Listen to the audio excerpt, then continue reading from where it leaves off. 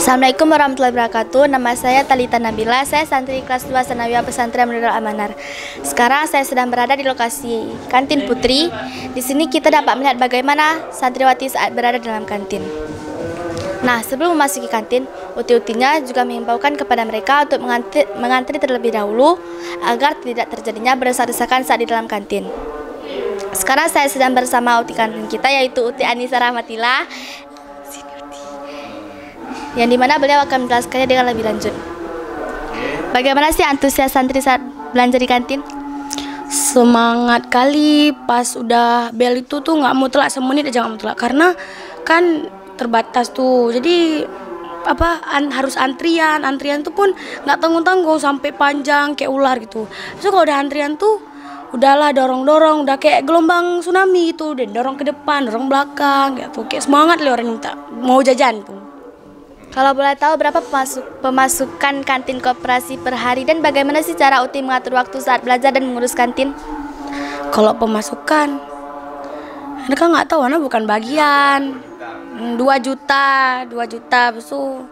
Ya kalau misalnya untuk bagi waktu buat ngurus koperasi tuh kan sebelum jaros untuk istirahat tuh kan kalau nggak salah jam 11 tuh udah jaros istirahat.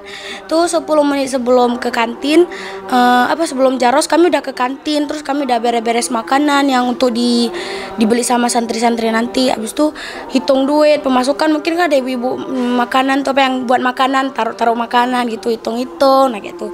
Ya kayak gitu. Terima kasih, sekian informasi dari saya. Bagaimana cara mengatur waktu? Udah. Sekalian tadi. Oh, sekalian. Dia kalau bisa dengan sekalian. Satu-satu. Takutnya nanti kan narasumber kan lupa ataupun dia nggak ingat. Namanya kan lagi ngomong kita kan kadang fokusnya hilang-hilang ya. Nanti satu-satu.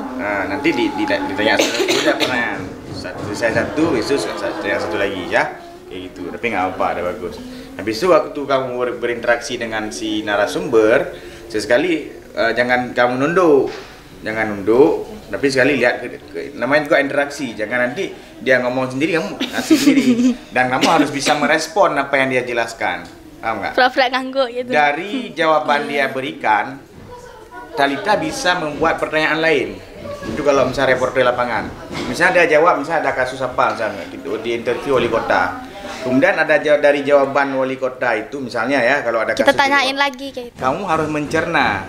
Dari situ kamu bisa buat pertanyaan lain. Misalnya dia bilang apa? Ya, tadi malam terjadi kebakaran. Udah. Sedangkan kamu sebelumnya tidak siapkan pertanyaan apa penyebab yang spesifik kebakaran. Sehingga dari jelaskan sama Pak Wali Kota misalnya ya, orang luar, kamu langsung membuat pertanyaan baru dari jawaban yang sebelumnya diberikan kayak gitu. Maka seorang reporter itu dia harus mencerna, merespon apa jawaban daripada narasumber. Jadi jangan nunduk aja, sesekali harus lihat juga sebagai interaksi. Itu. Kemudian tadi tangan kanan dah betul kalau kasih mic ya, jangan sampai tangan kiri. Ya. Kemudian ya, jangan tutup wajah karena kan kamera kan di ini.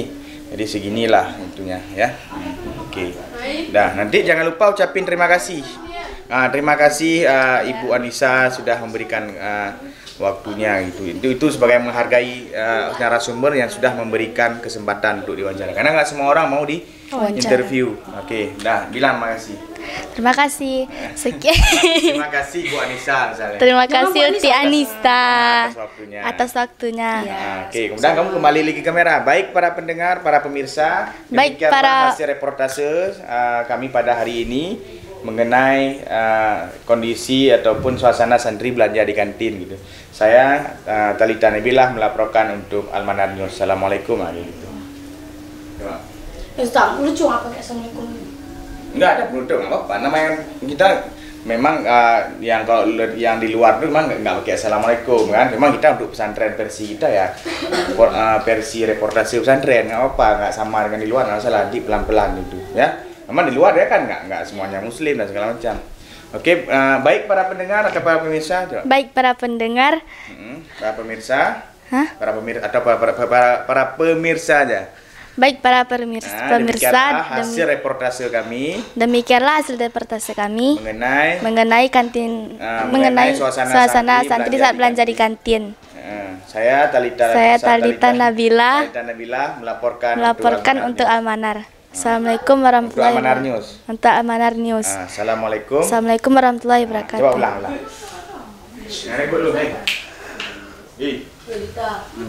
Baik para pemirsa, nggak hafal, Ustaz. Demikianlah informasi hasil reportase saya mengenai santri saat belanja di kantin. Saya Talita Nabila melaporkan untuk Almanar News. Wassalamualaikum warahmatullahi wabarakatuh. Pokoknya begitulah ya. Jadi kita itu harus bisa mencerna dari ini ya. Makanya kalau kita misalnya datang turun ke lapangan untuk meliput itu, kenapa Ustaz suruh siapin pertanyaan ya? Kita itu harus ada riset dulu. Tahu riset? Ya, research ya, penelitian istilahnya. Kita cari dulu informasi. Kita tuh harus menguasai dulu informasi terhadap satu kasus. Ya, jangan nanti waktu interview orang kita nggak ada apa ya, itu nggak boleh. Maka reporter itu, atau presenter atau host atau wartawan itu harus banyak membaca. Ketika mau turun lapangan, riset dulu. Ini kasusnya tentang apa misalnya kalau ada kasus tentang pembunuhan, dia terlebih dahulu sudah menguasai dulu sedikit masalahnya, biar dia nyambung waktu interview. Makanya Ustaz suruh kamu siapin pertanyaan, lihat dulu suasana kantin, apa yang kira-kira yang bisa kamu ini. Apa itu karena Ustaz ini kan Ustaz tugaskan akan berbeda kalau misalnya yang sifatnya breaking news atau strike news. Misalnya ada kejadian kecelakaan di situ, itu kan nggak perlu siapin karena itu baru kejadian. Jadi kita langsung ke lapangan ya, tanya aja apa yang terlihat di lapangan. Tapi ketika ditugaskan, ini tolong liput mengenai pembangunan ini. Kamu sebelumnya itu sudah riset dulu sedikit, kalau tidak ada informasi. Akan berbeda kalau ada kejadian yang sifatnya kayak strike news kalau dalam berita. Strike news itu berita yang misalnya terjadi kecelakaan dan di situ terus, ya enggak sempat riset lagi apa terjadi, kamu langsung. Kalau kamu tunggu riset lagi, kejadiannya sudah selesai, ya. Paham? Itu bedain, ya. Ya, kalau ini kan dia sifatnya bukan waktunya bisa saja kapan saja diliput, bukan on the time. Misalnya kalau yang kejadian misalnya ada pembukaan apa misalnya tadi ya. Tapi kalau kamu udah tahu informasinya, kamu udah baca-baca sedikit. Tapi yang sifatnya misalnya yang paling sering tuh misalnya kecelakaan itu, dia kan kita nggak tahu ada kecelakaan jam 12 ini. Kalau kita nggak tahu ada kan. Tapi kalau sebuah kegiatan misalnya udah dikasih tahu sebelumnya oleh panitia, ya. Situ kita langsung cari tahu. Sedikit lah. Tapi kalau misalnya suruh liput misalnya, tolong liput kasus proyek pembangunan gedung apa misalnya, gedung A misalnya di lembaga apalah kayak gitu. Kalau kasus-kasus di luar, dia sebelumnya sudah pelajari dulu kasusnya. Paling tidak dia udah cari-cari berita dan referensi. Untuk dia sama halnya juga dengan podcast ataupun interview talk show itu.